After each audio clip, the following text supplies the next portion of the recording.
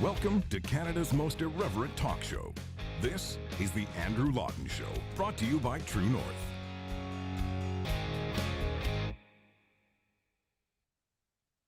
Hello and welcome to you all. This is the Andrew Lawton Show, Canada's most irreverent talk show here on True North. It is Tuesday, February 22nd, 2022. I should have done the show at 2:22 just to have some fun with it, but I figured that would just be too many twos. In all honesty, thank you so much for tuning into the program. If you were in one of the provinces that had a holiday yesterday, I hope you had a good long weekend. My weekend was, if you are on Twitter, a little bit different than I had expected. I ended up being pepper sprayed, which was not what I anticipated happening while doing my job as an independent journalist covering the convoy in Ottawa. But I got off better than some others did. One pool photographer got arrested, had the zip ties thrown on him. He was, with a well-placed call to his editor, fortunately released. We had Alexa Lavoie from Rebel, who was hit right in the leg with a canister of some kind from police. I think earlier people thought it was tear gas. Police have now said they didn't use tear gas, but they've admitted they shot something.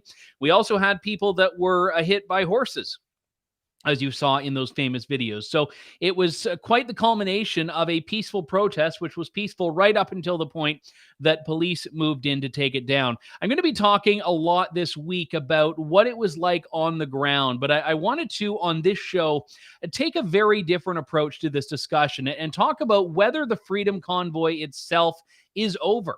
Was the Freedom Convoy the protest, which virtually ended on the weekend, or is it a bigger movement here? And I want to bring into the show Tom Marazzo, who was one of the volunteers who has spoken in the capacity of being an organizer. And I'm being, in a way, over-descriptive about his title because I want to make sure I'm being very precise here. But he had a press conference on Sunday in which he said that many people should just withdraw peacefully. And he said he would be doing that as well. He's not been charged at this point, so far as I can tell, or arrested. And he joins me now, Tom Marazzo, Freedom Convoy volunteer. Thank you for being here today, Tom. I appreciate it. Thank you. Thank you for always speaking the truth and, allowing us to still have a voice, even though we're not in Ottawa right now. Well, I appreciate you saying that. Let me start with the question that I kind of danced around a moment ago, which is basically, what are you? And I want to be precise here because this was a grassroots movement. And I know we had people that were speaking for the convoy. We had spokespeople. We had organizers who were involved in various capacities. But how do you fit into this movement, or operationally speaking, how do you fit into the Freedom Convoy? Well, it's a great question because I've often wondered, how did I get into the center of a tornado, basically. I went to Ottawa as a volunteer. I was brought in through friends that were trying to support the convoy as it was traveling through Ontario. And, I got a phone call one day saying, hey, you're an ex-military retired guy.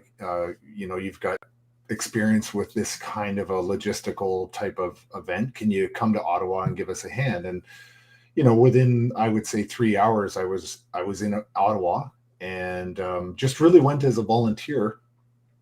And very quickly realized that, the truckers themselves didn't have experience with this kind of an event in their lives, but it really did lend itself well to some of my past experiences. So that's how I kind of got involved in the background, really as a volunteer.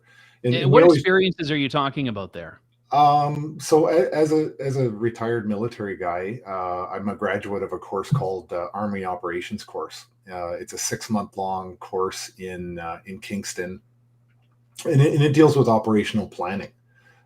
So you're trying to put a brigade of your soldiers in a battle space with, say, 5,000, 15 or 10 or 15,000 soldiers of your enemy, in an area between, let's say, Niagara and Toronto.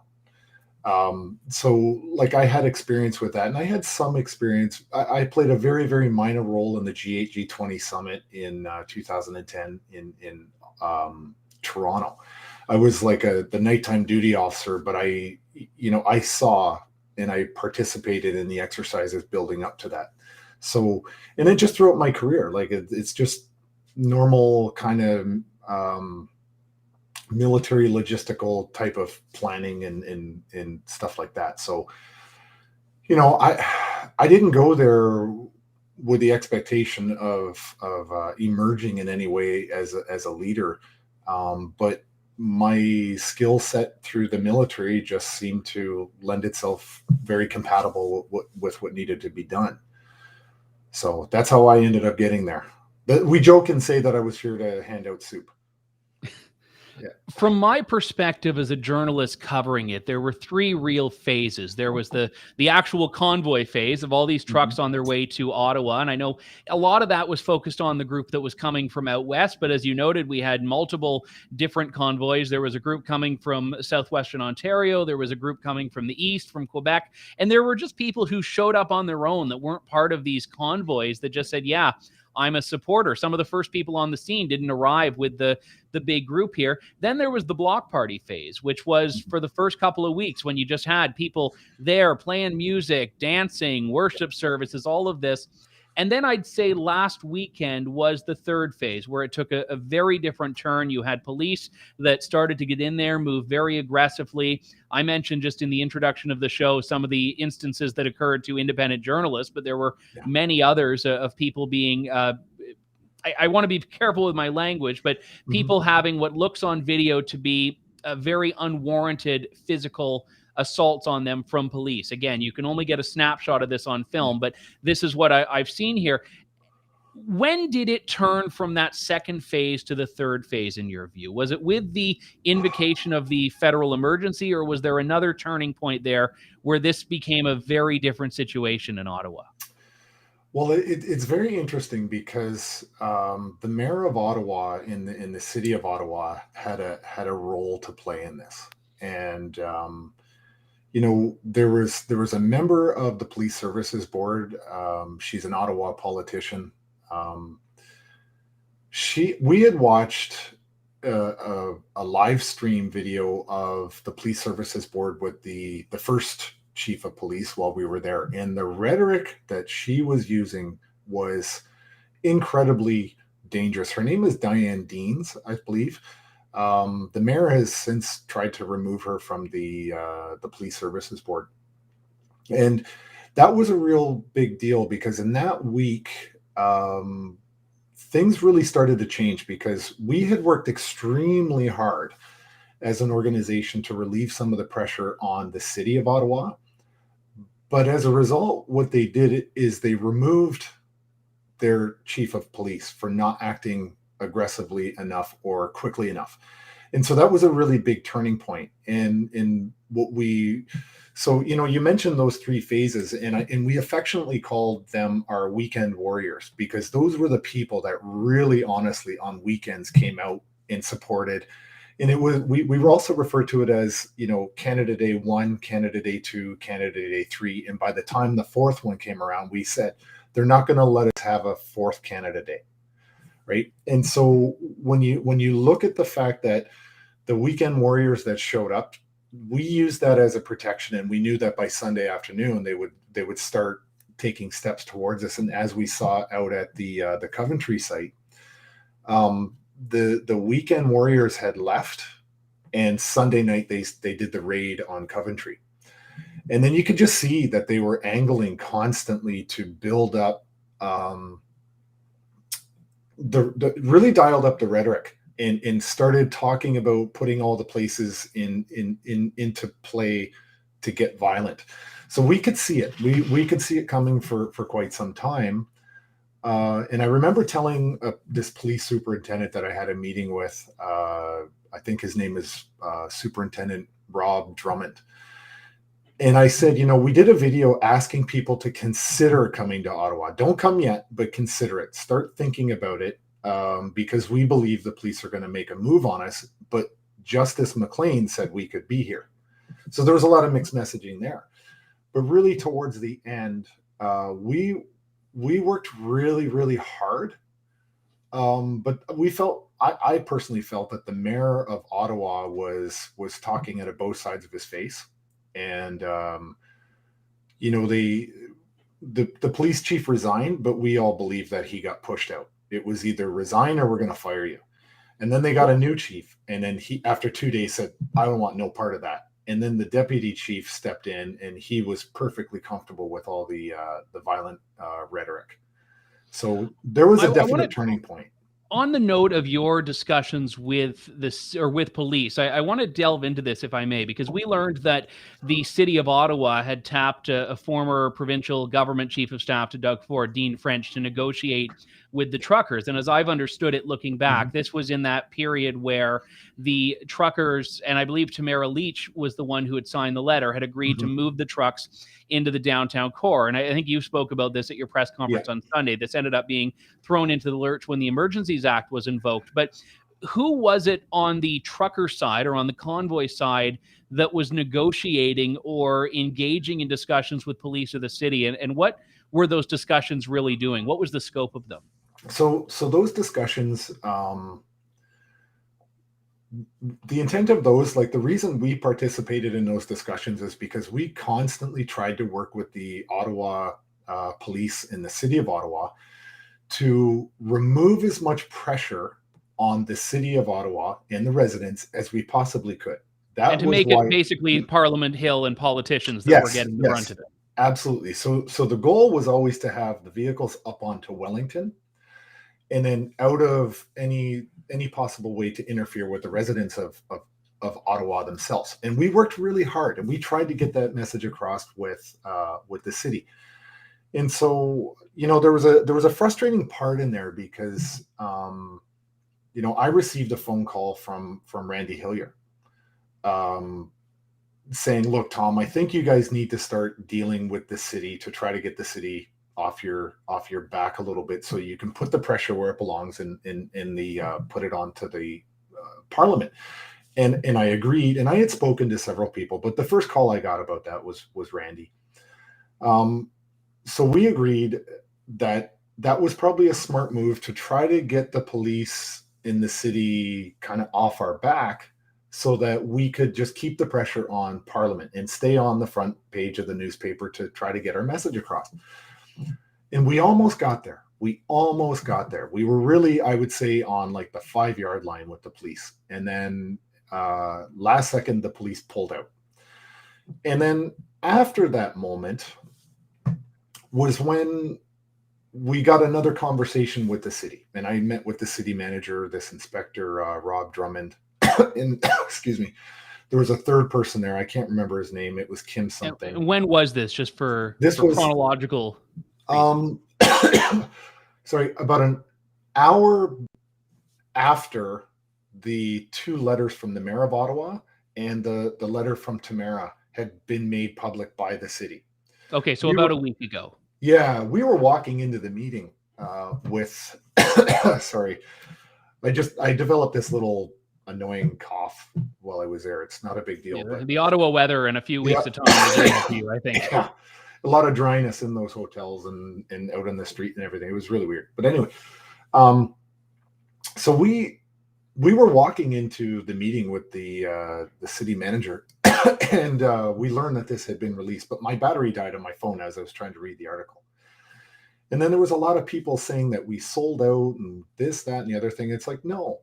This was part of the strategy to try to put the pressure onto the government where it belonged and take it off of the city of Ottawa. So this was all part of the thing. And then, I was disappointed because immediately after, Randy Hillier had tweeted that the leadership of the convoy had made a deal with the city and abandoned the truckers. And it's like, you know what? You were the first person that actually called me and said I should be talking to the city. So that was pretty frustrating. But we think that the strategy was very sound to be up on Parliament, but we recognized from the start that, let's say from a tactical point of view, and I want to be careful about using words like that. We knew that if we had moved up onto Parliament, up onto Wellington, we'd be in a more physically vulnerable position for the police to move in. And we discussed that with the police. We said, like, we recognize that, but we're not going to leave the perimeter of Ottawa. So we had trucks the entire time on the outskirts of town. And we said, if you make a move at that point, then we're still here and we're not going to go anywhere. But I think in that original meeting, there was a lot of cool heads that were really trying to prevail. But then as soon as that Emergency Act came out, the OPP had said to me, listen, whatever deals you think you had with the city, they're off the table. This is now under the Emergency Act. And so the chips will fall where they may. So let's talk about that home stretch here, the final few days. And I must admit, police moved a lot more quickly than I thought they were going to. And I think a big part of that was because the government was able to conscript tow truck drivers who we had seen in the preceding weeks were not as interested in playing ball with the government. But even when the Emergencies Act was declared, hold the line was the rallying cry. As Tamara Leach was arrested, she shouted out on video, hold the line. When did that change from hold the line to you coming out on Sunday and saying we're calling for a peaceful withdrawal? Well, we had a lot of discussion, and I can say there was a lot of the truckers that didn't want to go. Like, they wanted to hold the line. But we had discussed, we said, look, and I watched an interview a few months ago from an Australian person. It was just a video I watched online, and he had a guest speaker with Ricardo Rossi, I think, a former SAS commander. And he had said, the people have the power, but the government has the force. And they ultimately had physical force and violence that they could bring upon us. We were unarmed. We had no defensive weapons. And every day we said that we were a peaceful protest. And I think what you'll see, upon reflection of that, is that we were absolutely a peaceful protest. And we proved that. Because despite the violence that the police brought to that city, we never reciprocated the violence. I watched myself, a veteran with his beret on and his medals, being violently taken to the ground by a group of cops. They swarmed like hyenas. So, it's an important question for people to understand. But we had a meeting on with a lot of the leadership of the trucks themselves, and we said two things: that we are not the government. We're not going to tell people what to do. We are going to let the truckers make a decision for themselves whether to stay or to go. And if they chose to go, chin up, shoulders back, head up high. You've done your duty. If you choose to stay, it's a personal decision that you and your family should make together. But ultimately, what we realized was the government had the force. We have some power, but we're no match for the physical violence that the police could bring to us. We were just no match, and there was no value whatsoever in being used as a human punching bag for the police. And you've seen the videos, you've seen it live, Andrew. You were there, and you know what it was like. We were no match for them, and all we could do was have our assets frozen and be beaten and arrested. Like, my bank accounts have all been frozen. I'm not really sure how I'm going to pay my bills. I think we're okay for now. But there's no warrants out for my arrest. I haven't been charged with a crime yet. But the banks have, acted on behalf of law enforcement, because there's no laws that they can touch us until now that the Emergencies Act is out. And we'll see what the Senate does. But ultimately, we've been punished without due process. And if even the hardest supporters of the COVID mandates didn't wake up to that fact, then they really need to wake up to the fact that the government now has every intention, because Chrystia Freeland had said, we have every intention of keeping this power to start going after your assets if you have wrong think. Right? If you don't agree with us, we are going to destroy your life financially. They've gone after me. They've gone after my spouse. They've even sent warning letters to my ex-wife. Who was, I'm presumed by you bringing her up, was not involved in nothing to do with it. We've been legally separated. We have a great relationship. We co-parent our child together. And her financial institution got a warning letter about her for money that had nothing to do with me at all. So, you know, they've gone after my spouse's credit rating. You know, like, it's ridiculous to see that without any due process, the government of Canada goes on air and literally brags about the fact that despite the Emergencies Act, they have every intention of keeping this power. If you don't agree with them, if you have wrongthink, they're going to come for you. The fact that they're going after you, who has not been charged, you've avoided what fate awaited Chris Barber and Tamara Leach thus far. And I remember you said on Sunday that you even asked police specifically, and they said there were no warrants. So it's not even like you can beat the rap, because there is no rap to beat at this point. Your accounts are frozen, and the government has given no measure to really concretely get those things unfrozen publicly. Have they privately, the bank or the government, told you do X, Y, Z and you can get your money back? No, I have no idea. So my spouse has contacted the bank and said, okay, what do we do? We can't even get an appointment until the 3rd of March. Yeah, there's no, press 1 for small business, press 2 for personal, press 3 if the RCMP has had us freeze your app. It's not on the bank menu, so far as I can tell. Yeah, and from our understanding, the banks had a choice whether or not to participate in this, and they chose to participate in this. But interestingly enough, the banks actually have immunity if they go along with what the government's allowing them to do. Yeah, even if they wrongfully target you, if some Tom Marazzo in Sydney, Nova Scotia, who's never met you, gets his account frozen, he can't sue. Yeah, absolutely, and it's just so incredibly bizarre. Now, even the mayor of Ottawa is saying, yeah, all those trucks that we confiscated, we're now going to auction them off. Like, don't you have to be convicted of a crime in this country anymore to have your assets stolen from the government? So, because the Freedom Convoy does not exist in Ottawa currently at this moment, and I've been asked several times by media about some earlier comments that maybe I made that I believe were taken right out of context. As a citizen now in my own home, from my perspective, I really honestly think that there needs to be an election today. I really think there needs to be an election, and I know Trudeau had alluded to the fact that if Parliament had failed in its bid to get the Emergencies Act passed, it could potentially trigger a vote of non-confidence and maybe an election. And then there you see, he again through his love and support from the NDP, he has as a quasi majority government.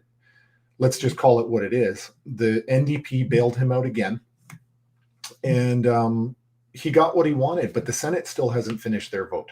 So hopefully the Senate will strike this down, and maybe it does trigger an election. I went there with the Freedom Convoy fully prepared to talk to the government of Canada and the elected government of Canada. But now that I'm home and this is being done to me, I'm seeing the Conservatives are fighting to stop this. And they were so disrespected, even from the Speaker of the House yesterday, who cut them off, like even canceled their mic in the middle of the Conservative leader speaking. So from my point of view, I would love nothing more than to see a legitimate legal election in this country. And I know who I'm going to vote for. I voted for them in the last election. Not a single one of them got elected, which is amazing because every single person I know that is awake all voted for the PPC. Every single one of them. I'm not even part of that party at all, but they spoke to my values. And that's why I voted for them. The Conservatives under Aaron O'Toole just sounded like liberal lights. The NDP are basically liberals currently under this leader. And the Liberals are the Liberals. Like, the Liberals say one thing on Monday, and on Tuesday they're acting in the opposite manner that they said they would on Monday. So from my point of view, I will vote. If there was an election today, I would vote for the PPC. And that's just, Tom, I'm not telling anyone what to do. You decide for yourself who speaks to your values. Forget about vote splitting. That's like, one person can't make a difference on vote splitting. Vote for who speaks to your values. That's all. It's simple. My prediction is that Pierre Poilievre is going to be the next Prime Minister of Canada. I think he's a very good politician. He's great with the finances, but let's wait and see, honestly, what really happens with the Conservatives. They've done nothing in the last 2 years to stop any of this stuff. The other day, I was so disgusted when all they wanted to do was talk about one LGBTQ federal MP and her feelings that got hurt. Well, we had truckers out in -20 sleeping in cars, trucks, vans, and they were debating in circles because the Prime Minister wouldn't apologize because someone's feelings got hurt. Yeah, this was the Melissa Lantsman standing with yeah. swastikas episode, which again, I still think is offside on the Prime Minister's part. But I take your point there that there were other issues. I mean, it's politics is sometimes it's a zero-sum game. You talk about one thing and don't about another at the same time. But I want to bring it back to those truckers you mentioned, Tom, because when the Trucker Convoy started and that GoFundMe campaign started, the very first one, and ended up just wildly outperforming anyone's expectations. It was originally, we're going to cover the cost of diesel and fuel to get these truckers to Toronto. And then, of course, the campaign grew, and that shifted to all of a sudden having to fight legal challenges with GoFundMe. And then the government tries to freeze the money with the Give, Send, Go. And all of this is basically at the point where not a single donated dollar to either GoFundMe or Give, Send, Go has made it to the truckers. The donations that did make it to truckers were people bringing cash, a lot of truckers and some organizers digging into their personal savings. But these truckers right now, a lot of them are going to be dealing with suspensions of their insurance, suspensions of their license, freezing of their account. What's being done to support these people now that initial protest in Ottawa is dissipated, and these challenges for a lot of people that I don't think anticipated these challenges are still being heaped upon them? Well, it's a if you find an answer, let me know too, because all of my accounts are frozen, as we've talked about. Before I had any involvement whatsoever, I also donated $100 to the GoFundMe, and I had no participation at all, no involvement in the convoy. And then they froze the account. The Ottawa police chief went on and bragged about how they went in and disrupted the supply of money to the truckers. Then my money was returned to me, but I didn't give to Give, Send, Go after that, because we knew that was going to happen again. Like, it worked the first time, so there's no point the second time. But what we were doing is there was various organizations on the ground that were literally collecting cash from people. I had this wonderful woman that I met in the street. She just happened to recognize me, handed me a $10 bill and said, "Can you give this to a trucker?" Which I did. And so right now, I got a message this morning saying, "Listen, we have a whole bunch of trucks in this certain location. We're looking for money for fuel to get home," because truck drivers have had their accounts frozen. What do I tell them? I can't dip into my own account, right? And a lot of people, there was I think 200 people at least that were reported to get their accounts frozen. So far, because the new chief, the new sheriff in town has gone on there and bragged about the fact that they're going to follow up with video evidence and charges will be forthcoming and fines, right? Fine. Let's have some due process. Let's get into a courtroom and let's see what a judge says. Okay. And what's going to happen? What is going to happen if the Senate votes this down? Or they're just going to turn around and say, "Oh, well, oops." But the damage will have been done to people's lives, right? So as far as what can the truckers do, I don't really know. I'm getting a ton of support from just the international community. They're saying, "How can I send you money?" And I'm saying, you can't. The moment it comes into Canada, it will be frozen. So, this is like Banana Republic kind of behavior. Like, they can't get you on a legal mechanism, so they give themselves extraordinary powers that haven't been passed in through our legal mechanisms. You can punish people now without any due process. I don't know what to tell the truckers other than hopefully you can find people that will donate some money, just enough for you to get home and then reevaluate. Because all the donations have been frozen. There's no access to that money. Well, and even True North, I mean, we are a donor-supported outlet. We rely on people that value our work to donate. We've had so many emails. I personally have had emails saying, I love what you did in Ottawa. I love your reporting. I'm scared to donate to you because I don't want to get my account frozen. Now, again, I can tell people, listen, we're not anticipating being caught up in that. We're journalists. But I mean, given how the government's acted, no one can make that guarantee now. And that's the problem here. There's a fear. People that would love to help a trucker out that don't want, some street camera that catches them giving the trucker a $20 bill at a gas station because they don't want their life thrown into the lurch. And that's why these measures cannot be separated from being intended to chill free speech and support for a lawful protest movement. And I don't know how you combat that, because you're right. The state has all the force. Yes, they do. And I've been told that various family members of mine that are very upset that they currently share the same last name with me right now are terrified that just through our association through the last name, no real substantial relationship at all, but we share the same last name. They're terrified their accounts are going to be frozen just because they have the same last name. So as we move forward here, let me just ask you, and I asked you this on Sunday at the press conference, but I want to ask you again because the passage of a couple of days' time might have given you a different answer, or at least made you want to restate the initial one. But do you feel the convoy won or lost? I absolutely, without a shadow of a doubt, feel that the convoy won. We didn't go there and get the federal mandates, struck down. That didn't happen.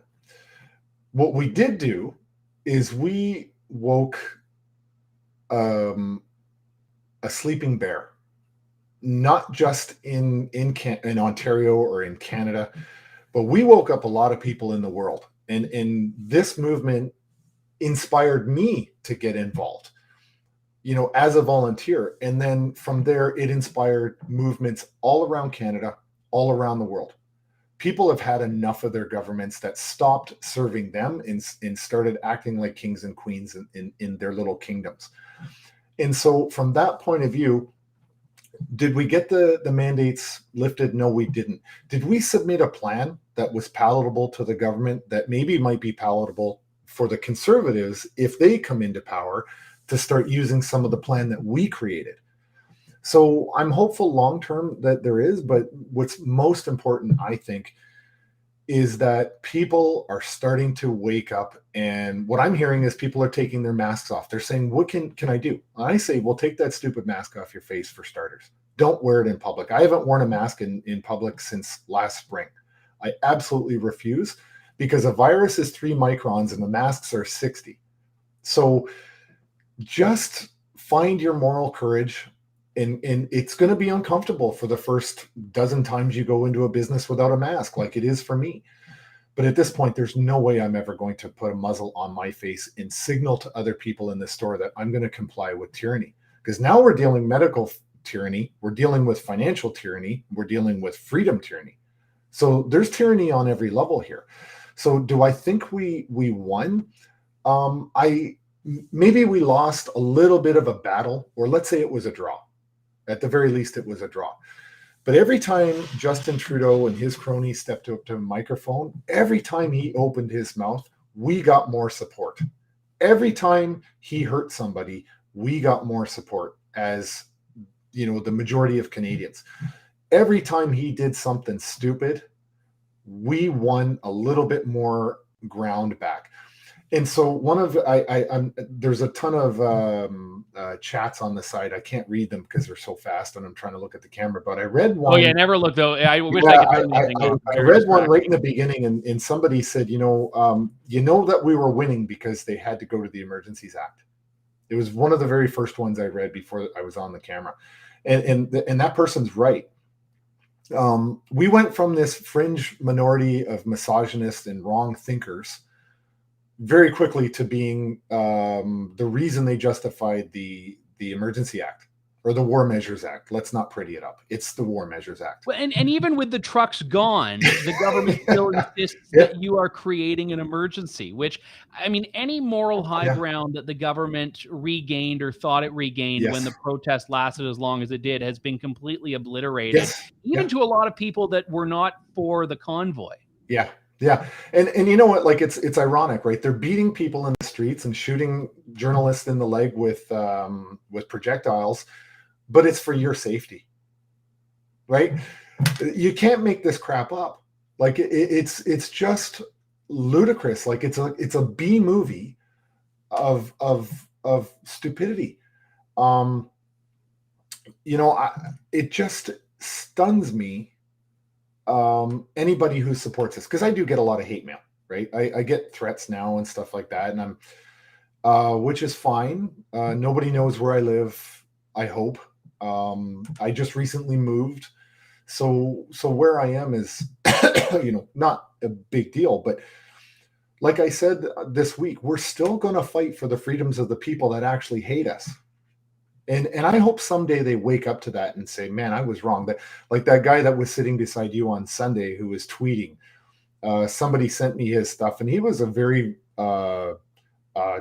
disturbed individual who was live tweeting my words. And it's hard to believe that there are people that are so bought into the narrative. Like I just wish people would stop watching mainstream media and start looking for an alternate truth. You shouldn't be in an echo chamber. You should listen to both sides. But unfortunately, in this world, the taxpayers are forced to pay for propaganda. And that propaganda comes right from the Prime Minister's office. And I want to make this point really clear.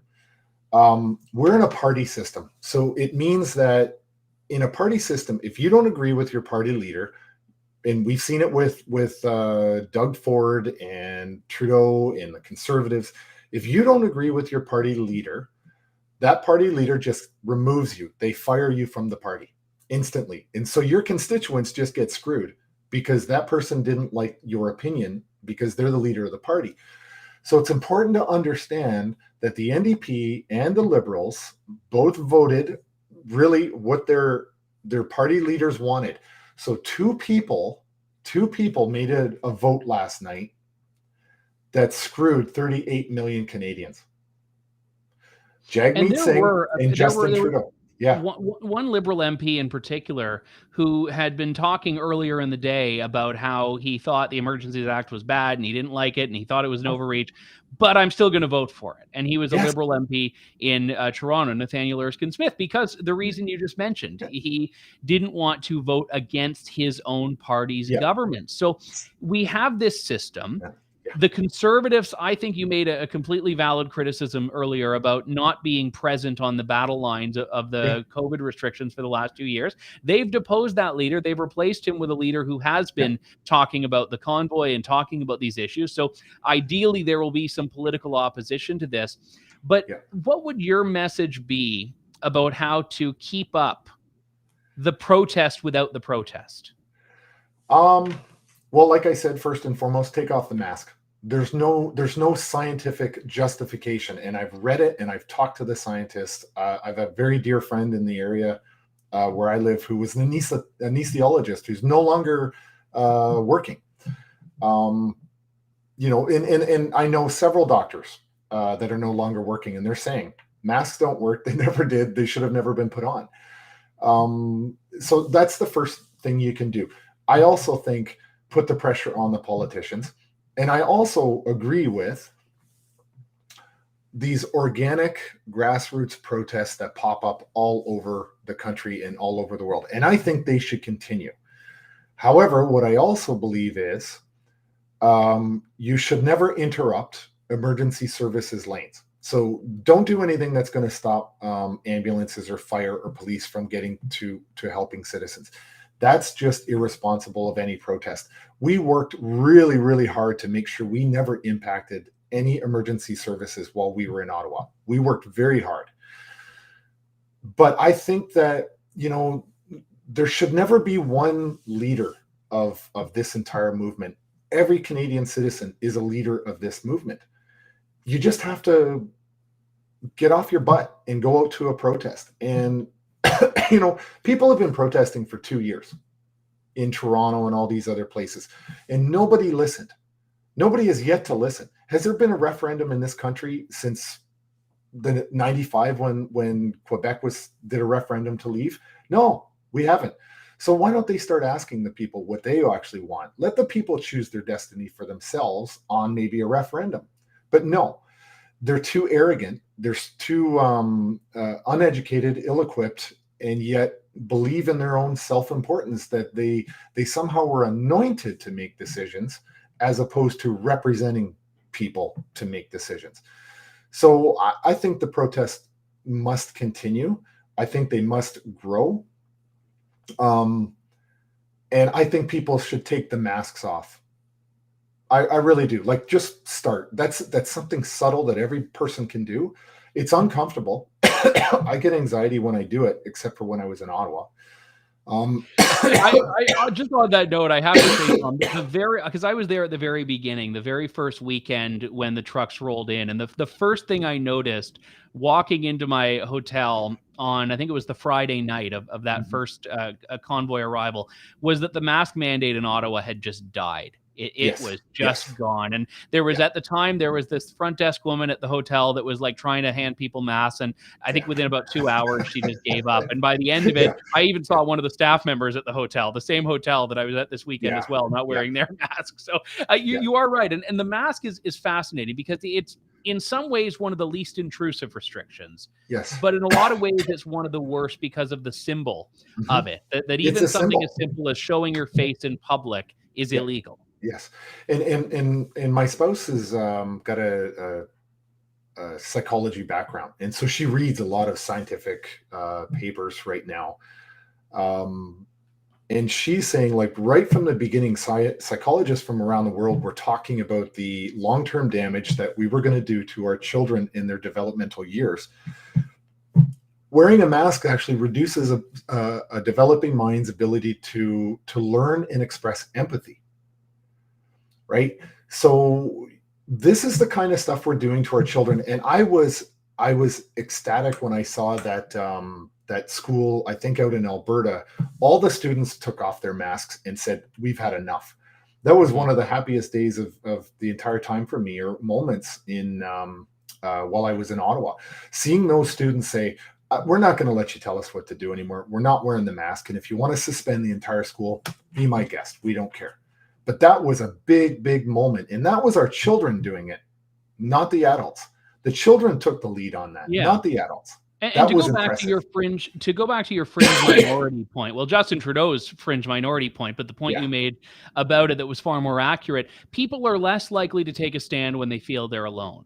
And the one thing over the last month I feel has changed dramatically is a lot of Canadians that may be fed up as well, that are not all politically conservative. This is not a left-right thing, are looking around and saying, wow, there are other people like me. And there was some group of activists that published a Google map with the addresses of all the Give, Send, Go donors using the leaked data. And while I think that's horrible and doxing, I zoomed in on it and I'm like, oh, wow, I've got some cool neighbors. Because it works against it, because you realize in something like that, like you're not alone. And I'm not going to share it because I don't want to endorse that sort of behavior, but it can work against these people's stated purpose when you realize, wow, there are others like me. So I'm glad you were able to, even if you started just as a supporter and ended up being in a position to speak for some parts of the convoy. I'm glad you did on the weekend, and I'm glad you've done so today. Tom Marazzo, thank you so much for your time, sir. Yep. Thank you for having me, and take off your masks and don't be afraid. Don't be afraid. All right. Well, that's the enduring message of the convoy. Don't be afraid. My thanks again to Tom Marazzo here. This is the Andrew Lawton Show. I'm going to take just a couple of moments here because I want to read a couple of your comments and offer some closing thoughts of my own here, because the convoy has been a pivotal moment, not just in Canadian media and in Canadian politics, I would say in Canadian history as well. And what it is going to bring in the course of debating this in the next few days, I don't know. But what I do know is that it's not going away. And even if the trucks are going away, the fact that Justin Trudeau still calls this an emergency, a state of emergency, with the effective suspension of your civil liberties tells us why people were protesting in the first place. And it shows that the protest has itself morphed. I have 2 messages here that are very similar, super chats on YouTube from Steve, who says the Senate needs to stop this, and if they don't, the courts do. Allison, who writes, call or email the Senate members, vote maybe tomorrow. No masks, please. Love your reporting, Andrew. Great guest pick. Well, thank you very much for that, Allison and Steve. Yeah, this is in the Senate now. So senators are people that are interesting. Well, in many cases, they aren't interesting, but the role is interesting here. And what I mean by that is that for senators, they don't have constituents. They aren't elected. They don't have democratic accountability in the way that members of parliament do. So I don't know if many of them are used to hearing from constituents, but you can make your voice heard. Senators are by province. They're not by riding. So you can look, and if you're in Alberta, you can call up your Alberta senators. You can call up your Ontario senators. You can call up your Nova Scotia senators, and you can say, hey, are you going to vote no on this? Are you going to vote yes on this? And even though most of the senators are Liberal loyal and Trudeau appointed, there is still a hope that some independence could prevail. And if not, as Steve says, it falls on the courts. And while I have a great deal of pessimism about the state of the judiciary in Canada, this is quite a significant battle. If you've got a state of emergency that was declared to stop blockades, and you look in Ottawa, there is no blockade except for the one that police have set up. How on earth can you say that this is justifiable? This measure that was not necessary after 9/11, that was not necessary during the Oka crisis, that was not necessary at any other point in the pandemic, but is now still necessary, not just to deal with truckers, but to deal with the absence of truckers, because the government wants the power to continue going after their money. The government wants the power to continue going after individual people's bank accounts, like Tom's wife. His ex-wife, who had nothing to do with the convoy, as you heard him say, even got a warning letter from her financial institution, as if to say, we're watching you. That's what it is. It was like that when that woman got a visit from the OPP a week before she went to Ottawa to support the convoy. It's them saying, we're not charging you. We're not doing anything. We're just warning you. We're letting you know that we know who you are. We know that you're up to, and we think you might be thinking some dirty thoughts. Those dirty thoughts are, I support freedom. As I said on Twitter in one of my most viral tweets ever, freedom isn't fringe, and it shouldn't be treated as such. So I mentioned in an email that we sent to True North supporters the other day, the convoy may be over, at least in this one particular sense, but the convoy movement has been birthed from the convoy itself. And I don't think that part of the convoy is over. I also, by extension, can say that our coverage is not over. There are going to be legal challenges. There are going to be political debates about this. There may be other spin-off protests that arise. So we're going to keep on this. I'm personally going to keep on this. I was in Ottawa. Like, if I should have gotten the picture up. If you I want to see it, you can go on my Twitter. I got pepper sprayed, and I took one for the team there, and I'm happy I did. Not because I'm happy I got pepper sprayed, but I'm happy I was on the ground dealing with this and covering this. So we're going to end things there. My lights have been flickering. I don't know if you couldn't see. So I'm worried the internet's going to go out, and then we'll all think the big tech is censoring. So I'm going to go out on my terms now because we're near the end of the show anyway. But truly, if you can support True North's coverage, head on over to donate.tnc.news, donate.tnc.news, and you can contribute that way. I thank you so very much to all of you who sent kind messages after I was pepper sprayed, or in general, the people who came up to me on the streets in Ottawa and said, hey, Andrew, I love your work. I love True North. Thank you to all of you. And I've got some first-time viewers, people that weren't familiar with True North, that saw me covering it and said, where are you at? I want to look up your stuff. So to all of you, thank you.